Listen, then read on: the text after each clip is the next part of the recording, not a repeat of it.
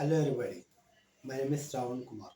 ఈ వీడియోలో మనం కంప్యూటర్ బేసిక్స్ గురించి తెలుసుకుందాం.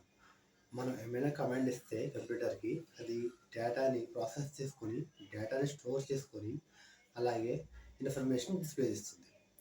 పూర్వకాలంలో కంప్యూటర్ని క్యాలిక్యులేటర్స్ కింద మాత్రం ఉపయోగించేవారు. కానీ ఈ జనరేషన్లో కంప్యూటర్స్ని దానికి అదే పనిచేసే ఒక ఎలక్ట్రానిక్ మిషనరీగా రూపొందించబడింది. అసలు ఈ మోడర్న్ డిజిటల్ ఎలక్ట్రానిక్ కంప్యూటర్స్ ఏ విధంగా పనిచేస్తాయి మరియు వాటి యొక్క అప్లికేషన్స్ ఎక్కడెక్కడ యూజ్ అవుతుంది మరియు వాటి యొక్క పార్ట్స్ గురించి ఈ వీడియో తెలుసుకుందాం. Computer basics.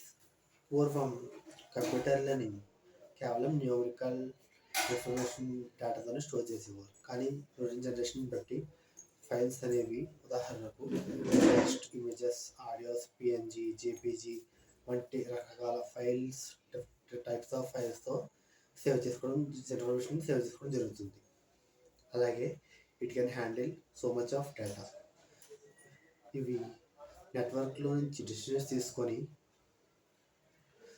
టెలిఫోన్ కనెక్షన్స్కి రూట్ మళ్లించడంలో వీటి సామర్థ్యాన్ని బట్టి ఇవి ఎంతగానో ఉపయోగపడుతున్నాయి.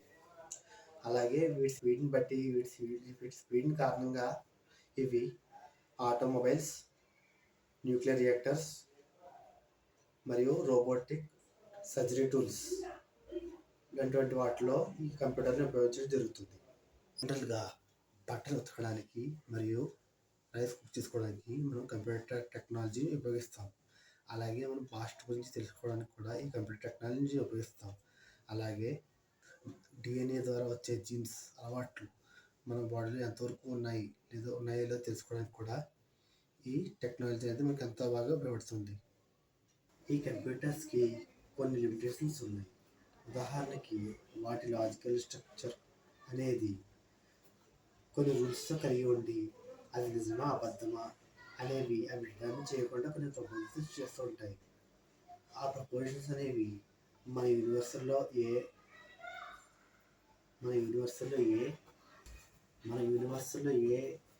అల్గోరిథమిక్ మెథడ్ కూడా ఆ ప్రపోజల్స్ ఐడెంటిఫై చేయలేవు.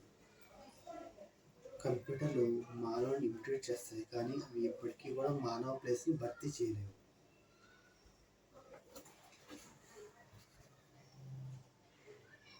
అర్థమవడానికి నేను షార్ట్ వీడియోస్ చేస్తున్నాను friends. Please like, share and subscribe my channel. Thank you.